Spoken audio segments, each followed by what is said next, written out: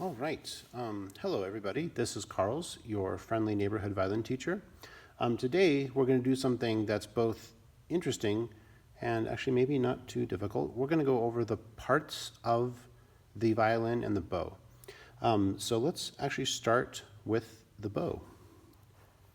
So here is my bow. We kind of have some theater lighting now. So the bow has, let's start here near the bottom. So we have, of course, the tip on this side, but we're going to start here because there's a lot of stuff all at once here we can learn. Of course, we have the horsehair, which it looks like I'm touching, but I'm not. I'm actually above it. So, of course, there's a horsehair, which remember, we cannot touch. You can see here it's maybe a little dirty. When we learn soon how to hold our bow, we will discover that actually you are allowed to touch the horsehair here, where this silver shiny thing, this is called the ferrule.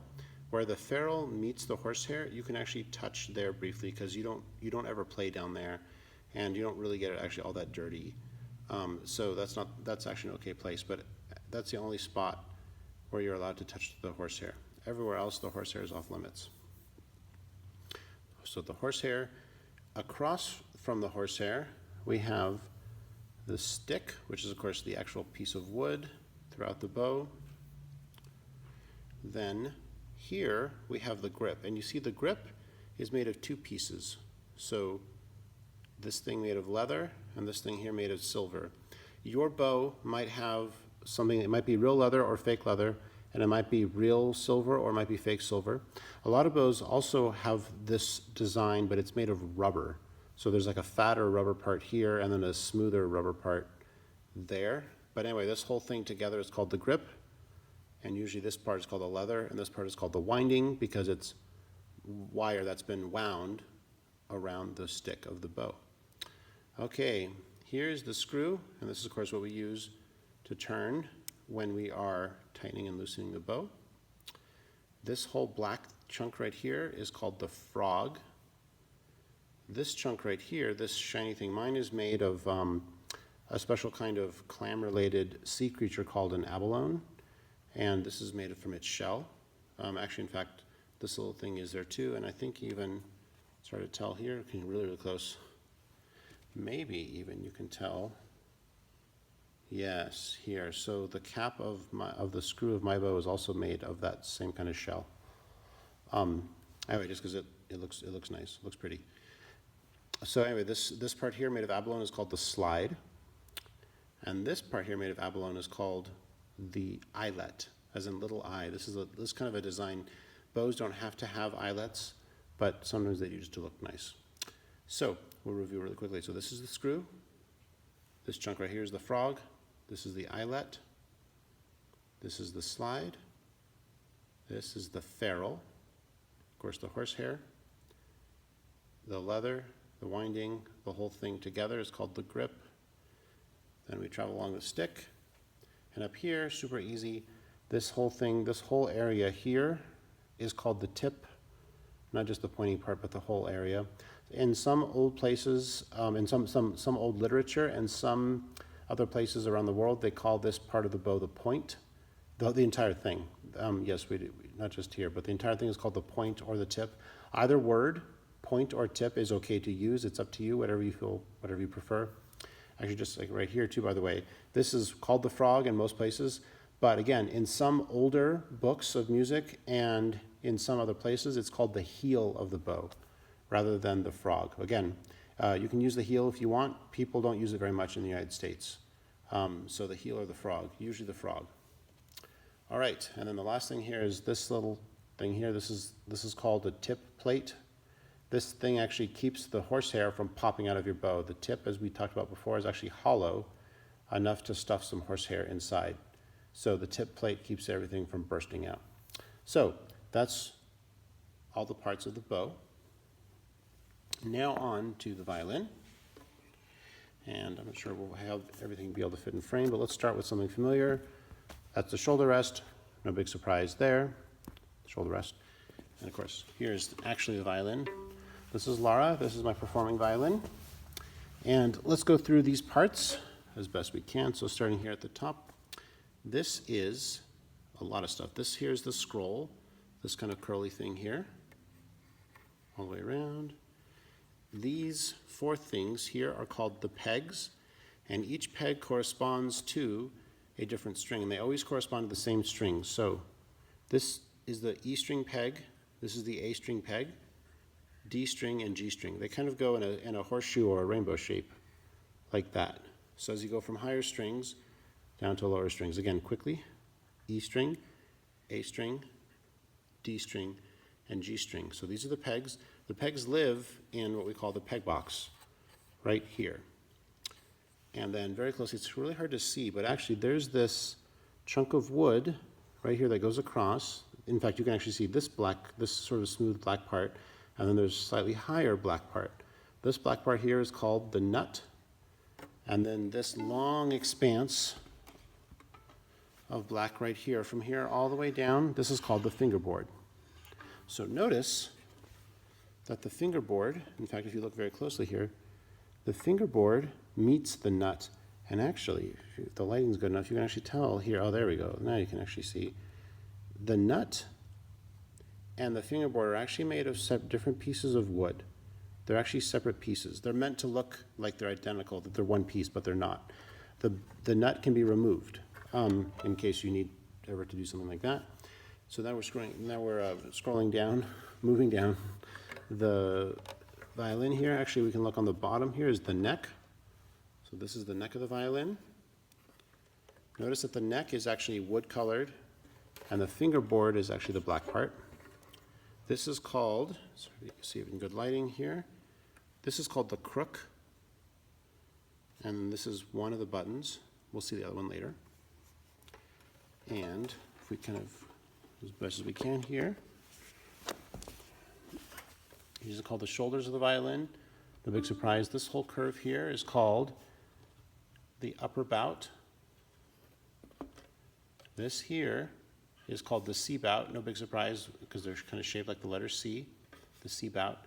And then down here, if that was the upper bout and the C bouts, this curve around here is the lower bout, the lower bout. The chunk of wood on the sides here, throughout the violin, all of this is called the ribs. These are called the ribs, and they go all the way around. These pokey things here, these are called the corners. No big surprise. Corners and corners. You can see there are holes in the violin. They are shaped like, well, if you guys ever study calculus, they actually look to me most like integral signs, to be honest. Like kind of almost like line integral signs. But, or contour integral, but actually what they're called is F-holes, which they look like, you can also see that too, especially with the shadow here. They look like fancy letter Fs. So, good use of alphabet reminders. These are the C bouts, and then these guys here are the F-holes. And that's exactly where the sound for the instrument comes out, is through the F-holes. Then of course is our favorite little buddy here, the bridge.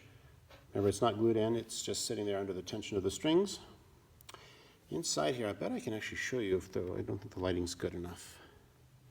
Inside, which you want to look probably on your own violin, inside the violin, on the E string side, is a stick, kind of like a toothpick. It looks like a very, very fat toothpick. And that piece is called the sound post. Just like the bridge, the sound post isn't glued to the violin.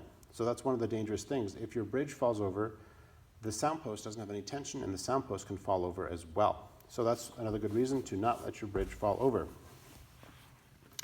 Okay, then here, this little guy here is called the tailpiece. And your violins probably have tuners here. Mine do not. My performing violin here doesn't have tuners, but yours probably do, the little thumb screws that we've talked about. The tailpiece runs underneath, of course, the jaw rest. My jaw rest, as you can see here, my jaw rest fits in the center. Most jaw rests fit off to the side. They're usually, actually most jaw rests, of course, as you can tell probably from your own, most jaw rests are black and they fit over here somewhere. Mine is made of boxwood. And it fits more over the center here. My particular design of jaw rest is actually pretty unusual. It's called a Berber, in case anyone wanted to know, and it's kind of custom made. You can see here It's actually hard. Without the lighting. This is better here. Ah, yeah, now you can see. You can actually see here that this is the boxwood, and then they had to raise it. I actually had it custom made so it was actually raised. So down here is actually ebony, and we have brass jaw rest brackets right here holding it on, and here's the other button. So it's kind of a lot to sort of all process, but another little tour here is we have again the tail piece going underneath the jaw rest. You can kind of see it comes out there. And the jaw rest is held in place, excuse me, the tail piece, you can see it sticking out, the tiny little bit sticking out right there. The tail piece is held in place by tail gut, which are these two wires that wrap around the button. It's actually one wire that wraps around, and believe it or not, even though it's made of wire, they still refer to it as gut. So it's still called tail gut, even though don't worry, it's not like, cat guts or, cow guts or anything like that. It's just a piece of wire. But way back in ancient times, it was made of sheep's gut, so that's what they called it. There's a little black bump that the wire's sitting over. That little black bump is called the saddle. And of course, we have the buttons. Remember, we have two buttons. We have this button here, and then we have this button here as a reminder. Of course, the part of the violin that looks like a box is called the body. So the neck all the way down to the scroll, this is not part of the body. The body is the part of the violin that really looks like a box. And of course, continuing with our theme of body parts, the top of the violin is called the belly. The back of the violin, no big surprise, is called the back. Let's see, I'm sure there's plenty more we're missing. Actually, we've actually covered just about everything. If you guys remember everything I've just said here, then you guys will know pretty much, you'll probably know as much as professional makers actually. Then we have this little sort of racetrack design here, this black streak that goes all the way around the edge of the violin here. It's usually a pair of lines all the way around. Different violin makers do different things, but you guys probably have them too. Anyway, these little designs that go around the edge here, all around the edge of the violin, that's called purfling. Purfling. It's kind of an interesting word, purfling. So I am probably missing something, but, of course, the strings, right? So if you're looking at the violin from your side, E string, A string, D string, and G string. Okay, that's probably it for right now. All right, thanks. Have a good night.